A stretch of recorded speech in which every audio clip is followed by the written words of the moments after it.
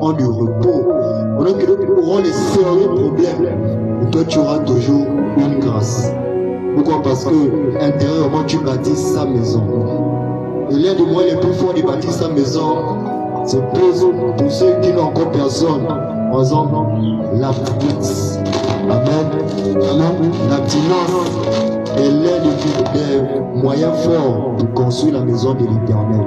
Quand tu penses que tu souffres, tu penses peut-être que, en fait, tu te sens mal. Que lorsque j'étais dans le monde, j'étais dans l'impudicité, l'adultère et autres. Amen. Mais comment veux-tu recevoir les grâces de Jésus-Christ sans avoir payé un prix? Si Jésus-Christ, lui, il est mort par la croix. Parce que toi aussi tu vis en lui, souffre aussi. Parce que lui-même dit quoi dans sa parole que heureux ceux qui souffrent à cause de lui. Amen.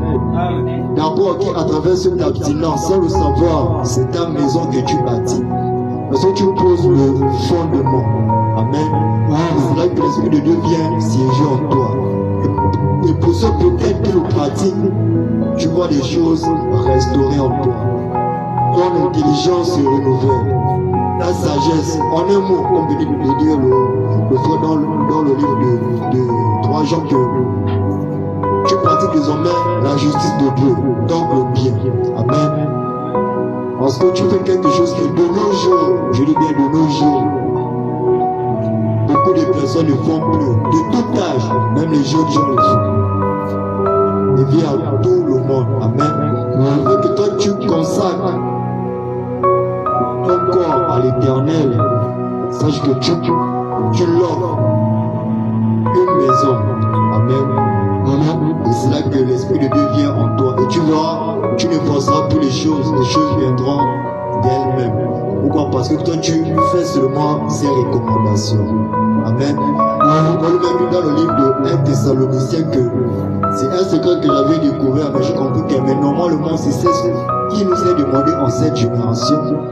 Et c'est ce que je vous demande, c'est que vous marchiez dans la sanctification, dans la pureté, dans la justice et dans l'honnêteté.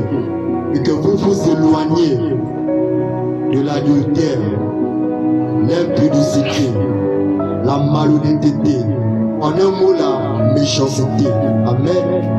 Lorsque nous regardons de nos jours, l'homme en général, même le chrétien, enfant de Dieu. Amen. Même les musulmans, tout le monde est désormais méchant, trompeur, mauvais. En fait, tout le monde est corrompu. Amen. Le peuple de nos jours sont encore justes. Pire, ils craignent Dieu et l'honneur. Amen. Je te dis aujourd'hui un secret que Dieu te recommande. Parce que lorsque tu demeures dans la sanctification, dans la sainteté, amen. Cela fait que aux yeux de Dieu d'abord, tu es propre. Et même aux yeux du monde, tu verras, même tes ennemis vont te respecter. Si tu as réussi à abandonner ton péché mignon, le mal qui était habitant en toi, tu verras. C'est comme si tu es né de nouveau. C'est comme si tu renais. Amen. Tout change autour de toi. Et lorsque tu te soumets à Dieu, les hommes, eux, se soumettront à toi. Amen. C'est Dieu qui fera que les hommes vont se soumettre à toi. Pourquoi? Parce qu'en toi, tu as l'Esprit de Dieu. Donc tu as une autorité. Quand tu marches, tu ne fais rien. Parce que quand tu réalises que tu as pu abandonner le vin, l'alcool, la cigarette, la prostitution, le mensonge, le vol, l'impudicité à laquelle tu es accro, amen, Dieu va te respecter. Parce qu'il ne s'imaginait jamais, par exemple, que maman Chimène devait abandonner par exemple l'adultère. Amen. Ce sacrifice que tu le fais, même tes ennemis seront soumis à toi. Ils ne voudront pas, ils se soumettront à toi parce qu'en toi, eux ils ont les yeux. Et toi tu ne vois pas. Amen. Pourquoi? Parce que c'est l'Esprit de Dieu qui font qu'ils se soumettent à toi. Fais seulement l'erreur de replonger, tu verras. Même le travail que tu as, on va t'enlever. Ne crois pas que c'est toi qui es fort. Amen. C'est Dieu qui le permet. Parce que tu t'es simplement soumis à lui. Amen.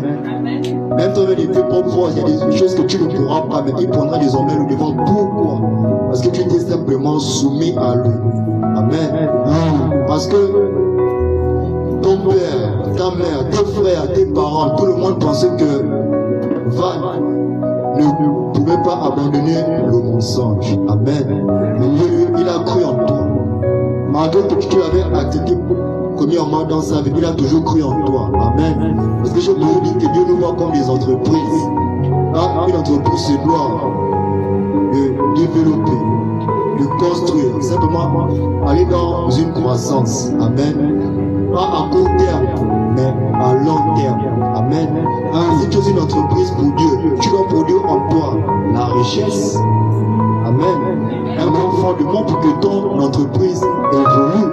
Mais tu as eu une entreprise, les parents voient qu'il y a le marché que mon frère bien, ma soeur a, ira loin. Amen. Mais Dieu dit peu importe, ça ira loin. Amen. Même si que tu as commencé boiteux, c'est-à-dire tu servais Dieu à moitié dans le verre, dans l'alcool, mais il a toujours cru en toi.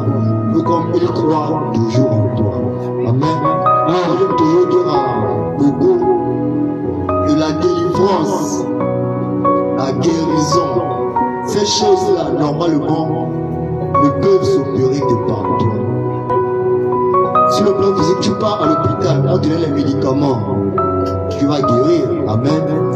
Quand le docteur t'a dit que là, on ne peut plus, et que tu viens dans la divinité, plus aux yeux de Dieu, l'homme de Dieu pourra faire ce qu'il fait. Amen. Il pourra prier, il pourra, tu peux même être baptisé, consacré. Amen. Amen. Mais si toi-même, tu n'as pas tué en toi, c'est ce qui t'empêche d'être guéri et d'être libéré, sache que tu finiras ta vie ainsi. Amen. Parce que moi, c'est la vérité que les prophètes toujours leur dire. Et ce n'est pas moi qui va faire quelque chose. Et c'est seulement si tu es en accord avec Jésus-Christ. Amen. Parce que l'homme de Dieu peut faire tout ce que tu veux. Tu peux même lui donner la dîme. Ça, c'est juste pour plaire aux hommes. Mais Dieu, lui, il sait que tu mens. Tu es toujours trompeur. Amen. Je ne sais pas si jusqu'alors vous me suivez. Amen. On peut continuer là. Donc, tu peux tromper les hommes, mais pas Dieu. Parce que Dieu connaît ton fond de toi. Il connaît comment tu construis sa maison. Il dit la parole de Dieu que si tu bâtis une fausse maison, sache que son fondement n'ira pas loin. Lorsqu'il y aura le vent, ça va partir. Mais si tu as bien construit la maison de l'Éternel, même s'il y aura le vent, même s'il y aura la guerre comme on voit de nos jours, la plupart nous savons tous qu'aux États-Unis, si c'est à Los Angeles, lorsque les villes prenaient feu, seule la maison d'un chrétien n'avait pas pris feu. Pourquoi? Parce qu'il s'aime pour Dieu. Il a bâti sa maison pour Dieu. Amen. Mais ceux que leurs maisons se sont brûlées, c'est parce qu'ils ont consacré leur maison au diable, à leurs genoux, à leurs idoles. Mais lui, sa maison seule a été épargnée. Là, si sur l'aspect physique, lui, sa maison a été épargnée. Maintenant, toi qui es sur l'aspect spirituel, quel vent, quel tonnerre, quel démon, quelle maladie, quel problème va te surmonter. Amen. Toi-même, tu as la clé de ton mariage. Tu as la clé de ta délivrance. Tu as la clé de ta guérison. Tu as la clé de la situation à laquelle tu fais face. Moi, je peux prier, mais Dieu ne peut même pas m'exaucer. Dieu peut même me frapper. Et tu pries sur elle. Il peut m'ouvrir les yeux et tu marches mal. Attention. Amen. Toi-même, tu as le cœur. Parce que lorsque tu vas aussi t'arranger avec Dieu, tu verras aussi que tout sera en accord avec toi. Là, tu auras la guérison, même tu auras la délivrance, même tu auras le mariage que beaucoup cherchent. Amen. Si tu gaspilles, c'est aussi toi-même. Parce que ta vie, c'est comme un foyer. C'est comme une relation. Quand tu es sur les bons rails, Dieu aussi, il t'accompagne dans ces rails. Là, si tu dévies, c'est toi-même